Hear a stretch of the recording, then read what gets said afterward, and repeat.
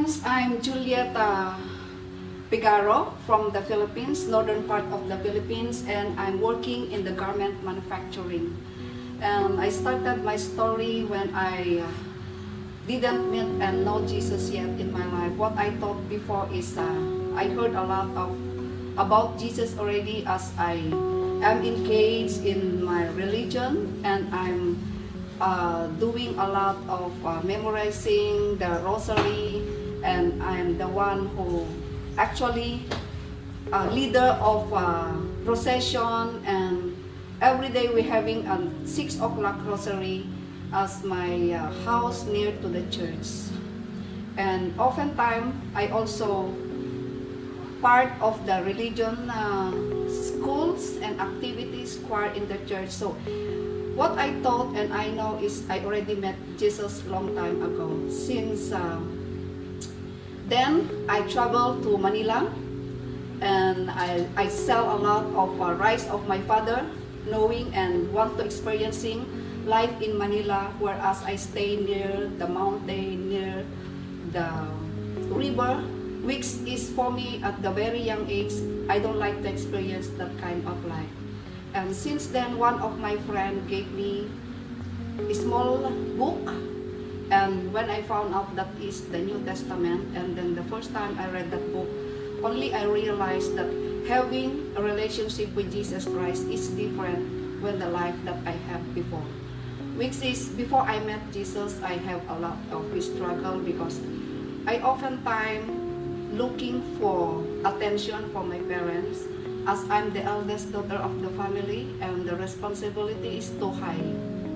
I need to count the cow every day before 6 o'clock.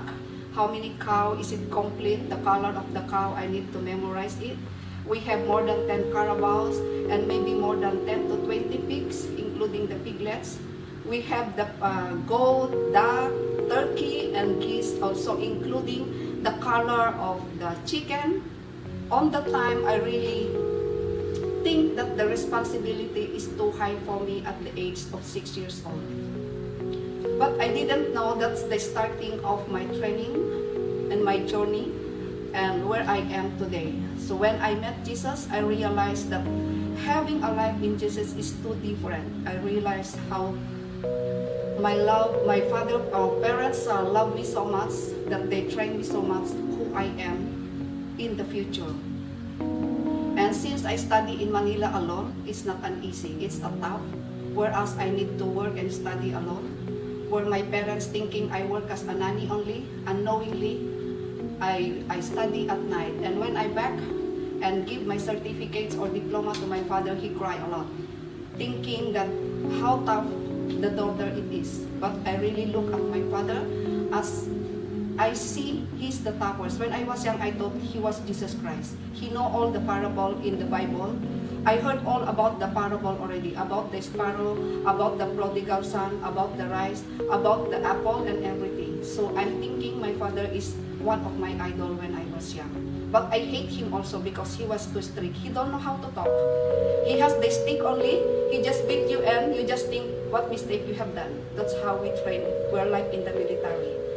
And when I joined the Bread of Life in Philippines, and I really hungry and thirst about Jesus, I stay in the church from Friday evening with the study with the kingdom or seminar in the kingdom, something like that. And I stay in Marikina. We have the mountain prayer in there. I stayed Saturday to Sunday for almost 2 years, thinking I have already met Jesus. But on the long way, I have a lot of struggles in my life, as I am the only Christian in the family. My uncle, my auntie, they even have the brown dress that it's the Saint Jude, and they're kissing the saints and everything. But on the time, I think that's the best. Knowingly, when I met Jesus, it's really totally different life. Okay, and when I shared to my father, instead of sometimes I thought he must be very happy because I thought he know and he met Jesus as his personal savior, but it's totally different. And my life after I met Jesus is I learned to take things differently and I can divert already from negative to positive. I can understand people's feelings, and I know how generous Jesus Christ is. That's my life so different after I met Jesus. I learned to love people. I learned to understand people. Based on my job now, it's really different. But instead, I always give them the excuse why they do like that to me, why they hurt me. In the quality control is not an easy, because my job is to find your mistake. Is to find the mistake on each department, why you're doing that, why you did that, and even your report, I need to go every details, the words, the lettering, and everything. And even my boss, and even the general manager and the director in my team, there's no excuse for us in my job. If you find mistake, I can give you warning letter. And I can tell my boss, don't give warning letter to my team. But I can only do that through the faith and confidence that God is within me. Because it says that if you believe in God, God will do all these things and the best is yet to come. So that's how I gain my confidence. And when I was in Pakistan, I have that faith that if you heard the bomb on the next town to you and you saw 1,500 people cut the head and neck, everything, the blood everywhere, I don't know what that kind of faith, but I can only gain that faith through Christ. And only that faith, if you see the Buddha, if you know the story of Buddha when I was there, I really asked even God, God, am I pretending? Am I really have that kind of belief in you? Is that faith really? So that's the life I have after I have Jesus Christ. I'm not afraid of the airplane anymore. I'm not afraid of the bus anymore. Now I love the speed of the car. I want 120 to 140. Where before I met Jesus, I need to stop the car. I need to go down in the car because I'm really scared. Maybe what will happen? What happened if I always think of bad things instead of the good things? So now I can really say that, oh God, thank you for loving me, for blessing me.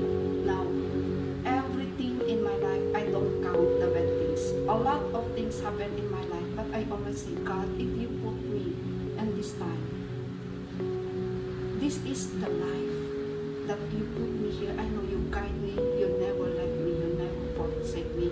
You always prepare the best in front of me because you are my God. You are the creator, the heaven and the earth, and you create me. As you have said, I wonderfully and fearfully made in your image, so I'm not fear anything. But I always pray, God, that lead me not to make mistake, not to hurt other people, instead hurt me.